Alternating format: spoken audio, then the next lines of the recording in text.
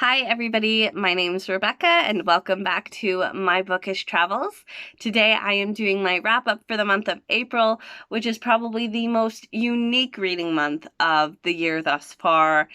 I basically feel like April was a complete write-off, no pun intended, for me because I ended up at the start of April getting COVID. So I was off work for about a week and I was having so many different symptoms for COVID that for the majority of the time that I was off, I could not focus on anything and I basically spent the whole time sleeping.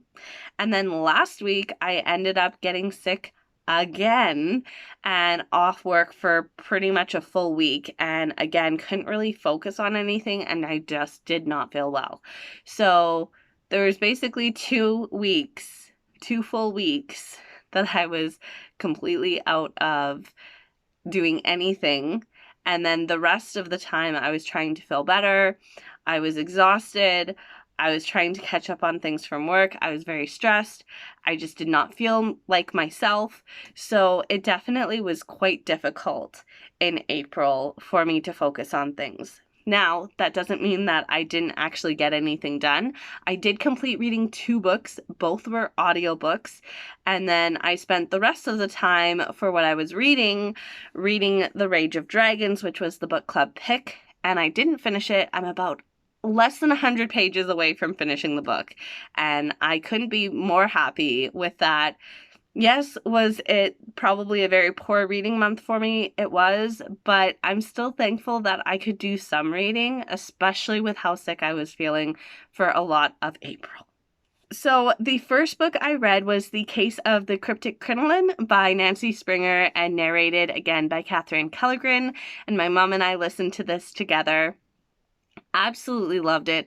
I love the confidence in Nancy Springer's books. Every single time she's written an Enola Holmes book, you can just feel her confidence coming off of the page, and even the confidence of Enola as she continues to grow and develop as a character.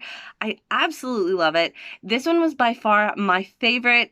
I know I say that every time I read one of the books, but I swear my mom and I both said this was the best book in the entire series thus far, and I love the relationship between Sherlock and Enola.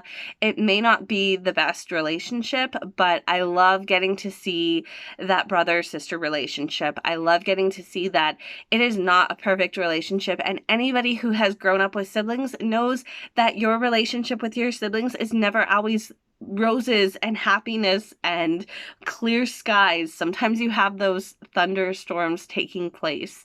And for me, I was so happy getting to see that because as someone who grew up with 4 siblings, 3 brothers, 1 sister, it is never always smooth sailing. Even to this day, you still have times where you have disagreements or you don't talk for a while, or maybe you completely disagree on some viewpoint on something, but you still love your sibling, and there are those underlying things, like maybe you argue about something and then later on in the day your brother puts a little sucker on your placemat because he knows that it's your favorite sucker.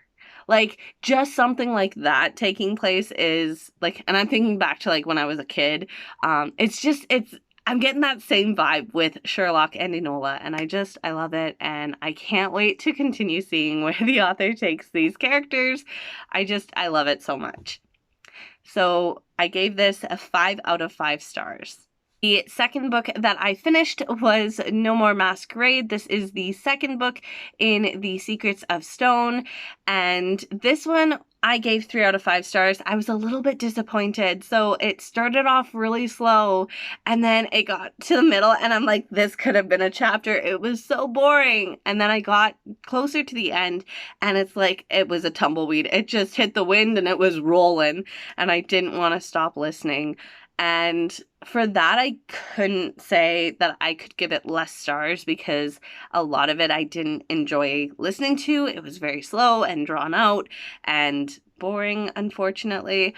But I also feel like when you look at it as a whole story, I feel like I couldn't justify giving it less than 3 stars. I did like it.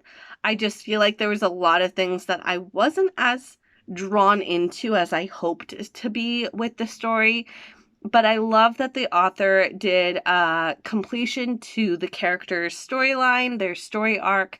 I don't know who we're going to follow in the next book, but I will say that I really appreciated the fact that the two narrators from the original first book narrated this one as well, which was a really nice surprise, and I really enjoyed that.